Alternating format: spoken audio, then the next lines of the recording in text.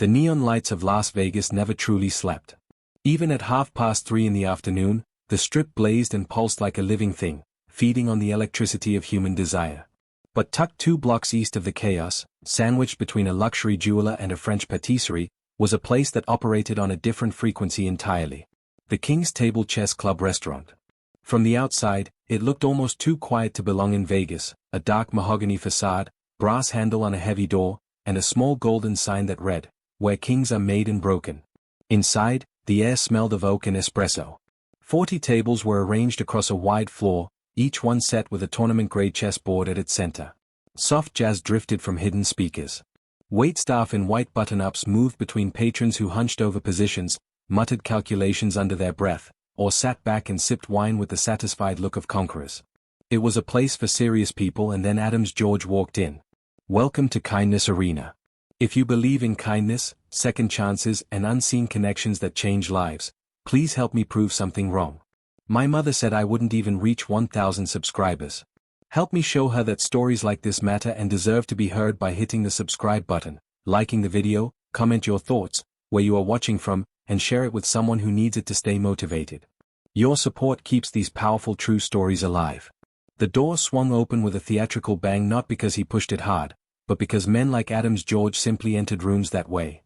He was 52, broad-shouldered, dressed in a charcoal suit that cost more than most people's cars, with silver hair swept back from a face that had spent decades wearing the expression of a man who had never been told no.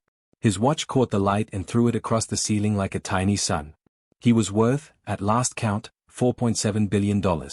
Behind him trailed 2 associates, men in darker suits, carrying leather folders and the practiced stillness of people paid to be invisible. Adams George did not acknowledge them as he surveyed the restaurant with the slow satisfaction of a lion looking over the savannah.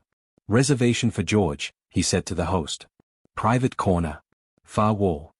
"Of course, Mr. George. Right this way." He followed, hands clasped behind his back, pausing once to glance down at a chess game being played by 2 elderly men in the corner. He studied the board for exactly 3 seconds and clicked his tongue. "The bishop there," he said to neither of them in particular. "Completely wasted. Classic amateur trap." One of the old men looked up over his reading glasses. He said nothing. Adams George was already walking away. Florida Raines was 13 years old and had been sitting in the same chair for the better part of 2 hours. She was not a customer, not really. She was simply a girl waiting for her mother. Her mother, Denise Raines, was one of the waitstaff at the King's Table, pulling a double shift on a Saturday because the rent on their apartment on Fremont Street didn't pay itself. Florida had come straight from school, backpack still on, textbook still inside, a half-eaten granola bar in her jacket pocket. The manager, Mr. Hoang, a gentleman with round spectacles, had let her sit at a small table near the window that wasn't officially in service. He brought her a glass of water and a bowl of mixed nuts and told her, quietly, that as long as she didn't disturb the paying guests, she could stay. Florida had said thank you very politely. Then she had turned to the chess board on the table in front of her, left there from a previous game, pieces mid-position, and she had begun to play against herself. She would sit on one side, make a move, then walk around to the other side, sit down, study the board, and respond. Back and forth. Over and over. Anyone watching would have thought it odd, a young girl in a school uniform, twisting her braids between her fingers, mouthing calculations, rearranging pieces with calm deliberate hands like a surgeon closing a wound. What they would not have known, what nobody in that restaurant knew, was that Florida Raines had been playing chess since she was 4 years old. Her father, before he left, had taught her. He had been a postal worker with a chess obsession, and in the years before things fell apart, he had sat across from her every evening at their kitchen table and walked her through every opening, every defense, every endgame theory he knew. When he left, he took his clothes and his dignity and left behind only one thing. A battered copy of My System by Nimzowitsch and a brain that had absorbed chess the way other children absorbed cartoons. She had read every chess book in the school library. She had memorized every world championship game from Fischer to Carlsen. She had spent Saturday mornings at the public library running through grandmaster games on a borrowed laptop, nodding quietly to herself as she traced the logic of each move like a reader following a plot twist she already knew was coming. But nobody knew that about Florida Raines. She was just a quiet girl with braids and a school uniform, waiting for her mother. Adams George had been seated at his corner table for 20 minutes. He had ordered a steak, made 3 phone calls, signed 2 documents his associates presented, and scanned the room with the reflexive arrogance of a man who could not stop measuring everything around him against himself. That was when he noticed her. The girl by the window playing chess alone. He watched her for a moment, the way she moved the pieces, the way she tilted her head and studied the board, and something inside him curled upward into amusement. He picked up his whiskey glass, stood, and walked toward her. "You know," he said, arriving at her table and looking down at the board, "it's quite adorable that you're playing against yourself." Florida looked up. She did not look startled. She looked at him the way a chess player looks at a new position, with calm, unhurried assessment. "I'm practicing," she said. "Practicing?" Adams George chuckled. He pulled out the chair across from her without asking and sat down. "For what? Your school club?" "For tournaments," she said. He looked at the board. His eyes moved across the pieces and he nodded slowly, the nod of a man who believes he is the smartest person in every room. He had learned chess at Harvard, played in the University League, beaten colleagues at charity fundraisers, and twice defeated a semi-professional player at a corporate retreat in Zurich. He considered himself, by any reasonable measure, extremely good. "You set this up yourself?" he asked.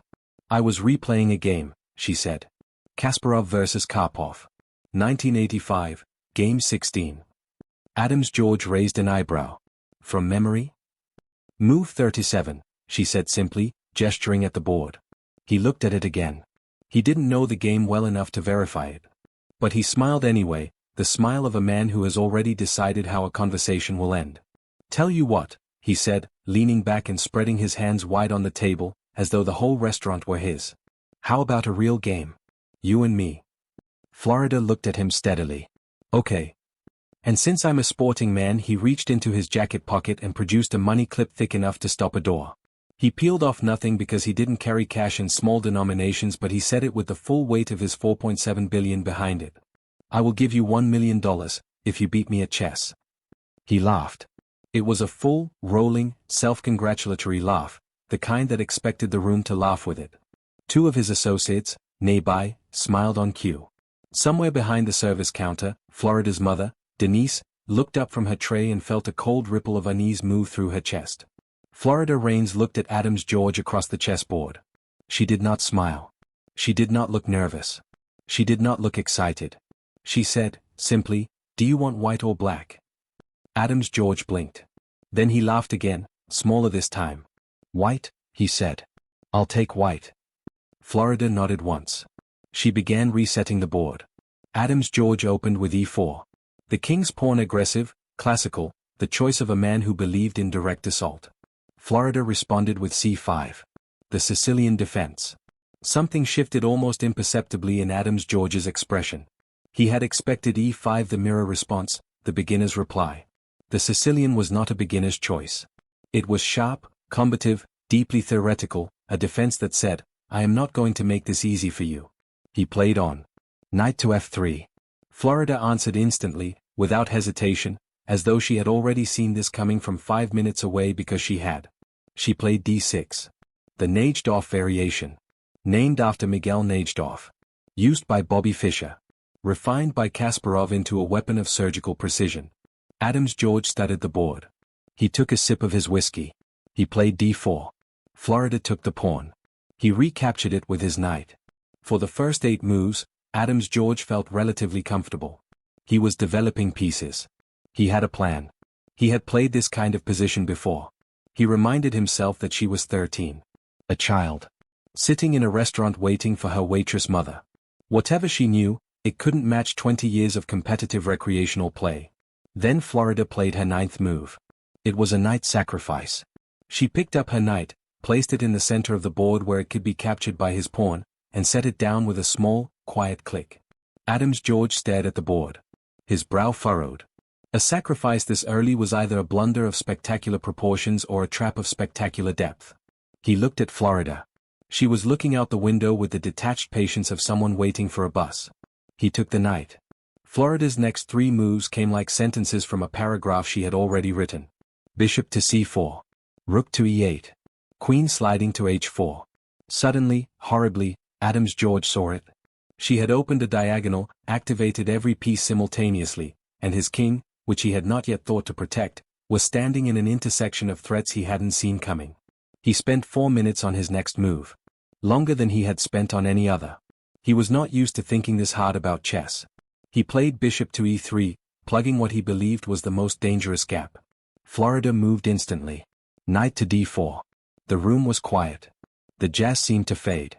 Adams George leaned closer to the board. His associates had stopped looking at their phones. Two players at a nearby table had angled their chairs to watch. Even old Mr. Huang, behind the host stand, was craning his neck. The game that followed was not a battle. It was an education. Florida never raised her voice. She never smirked. She never performed. She simply moved her pieces with quiet authority, one after another, each move interlocking with the last like stanzas of a poem. She tightened her grip on the center of the board slowly, methodically, the way a craftsperson fits joints together. Her pieces worked in concert, no piece wasted, no move redundant. She had seen the endgame from move 11. She had simply been walking toward it ever since. Adams George started to sweat. He had not sweated in a boardroom negotiation in 15 years. He had not sweated when he testified before a Senate subcommittee. He had not sweated when his company's stock dropped 30% in a single afternoon. But he was sweating now, over a chessboard in a restaurant in Las Vegas, at the hands of a 13-year-old girl in a school uniform. Move 24. He lost his queen to a fork he hadn't seen. Oh, he said. A very small sound. Move 28. His remaining rook was pinned, completely immobile, trapped behind a pawn chain that Florida had spent 12 moves constructing without him once noticing. Move 31. Both of his bishops were gone. He had one rook, 3 pawns, and a king being chased toward the corner of the board. Move 34. She played rook to e1. Adams George stared at the board for a long time. The room had gone completely still. Even the jazz seemed to have stopped, though no one had touched the speakers. He looked at the position from every angle. He traced every possible response. His king could go to g1. She played rook to d1, discovered check. King to f2. Her queen came to h2 and it was over in 2 moves. He tried g2. The same result, 3 moves longer. He tried castling but he couldn't. He had already moved his king earlier, trying to run. There was no escape. Checkmate was inevitable in 3 moves regardless of anything he did. Adams George sat back in his chair slowly. He looked at Florida Reigns. She was still looking at the board, not triumphantly, not gloatingly. Simply confirming, the way a mathematician confirms a proof they already trusted. Checkmate, she said quietly. In 3. Would you like me to show you the line? The restaurant was so quiet that they could hear the ice settling in Adams George's whiskey glass. His 2 associates were standing. The nearby players were standing. Even Mr. Huang had come out from behind the host stand. And at the service counter, Denise Raines stood perfectly still with a tray of drinks balanced in her hands, her eyes wide, her mouth pressed into a thin line that was fighting, very hard, against a smile. Adams George looked at the board for a long time. Then he looked at Florida. He was expecting something in her face, gloating, nervousness, the hungry look of a child who wanted the money. He found none of those things. He found only the calm, unhurried patience that had been there since the very first move. The look of someone who had never been in any doubt. Who are you? He said. His voice was quieter now. The grand resonance had gone out of it. Florida Reigns, she said. I'm waiting for my mom. She works here. Adams George let out a long, slow breath through his nose. He looked at the board one more time. Then he did something that no one in that restaurant, perhaps including himself, expected. He reached out and tipped his king over on its side. The gentle surrender of a man meeting something larger than himself. He was quiet for a moment. Then he reached into his inside jacket pocket, pulled out his personal business card, and set it on the table beside the board. My office will contact you Monday, he said. $1 million, as promised. And he paused. His voice was different now. The performance was gone. Something underneath it, something older and quieter, had surfaced. I'd like to get you into the right program. Tournament play. Proper coaching. If that's something your mother would allow. Florida looked at the card. She looked at him. She picked up the card and held it carefully, the way you hold something you're not sure is real. Thank you, she said. Adams George stood. He straightened his jacket. He walked back toward his corner table with the measured, deliberate steps of a man recalibrating, not broken, not humiliated, but genuinely rearranged by something he had not seen coming. At the service counter, Denise Raines was crying silently, the way working mothers cry, so that nobody sees and nobody fusses. Mr. Huang appeared beside her and pressed a clean napkin into her hand without a word. The two old men in the far corner, the ones Adams George had dismissed with a click of his tongue on the way in, exchanged a slow, satisfied look across their board. The one with the reading glasses chuckled softly. The bishop, he said to no one in particular, was not wasted after all. Back at the window table, Florida Raines held the business card in both hands. She read the name printed on it. She tucked it carefully into the front pocket of her backpack, next to her battered copy of My System by Nimzowitsch. Then she reset the board and she kept practicing. Some people spend billions learning that the most dangerous opponent in any room is the one nobody sees coming. If this story touched your heart, if it reminded you that kindness is never wasted and that even a broken path can lead to beautiful places and change of lives, please like this video, share it with someone who needs a little hope today, and subscribe to Kindness Arena because your support keeps stories like this alive and spreading. Tell us in the comment what you would have done differently if you were the millionaire humiliated by the little girl. Would you have used violence as the gang leader? Or has a stranger's kindness ever changed your life in ways you didn't expect? Would love to hear your story.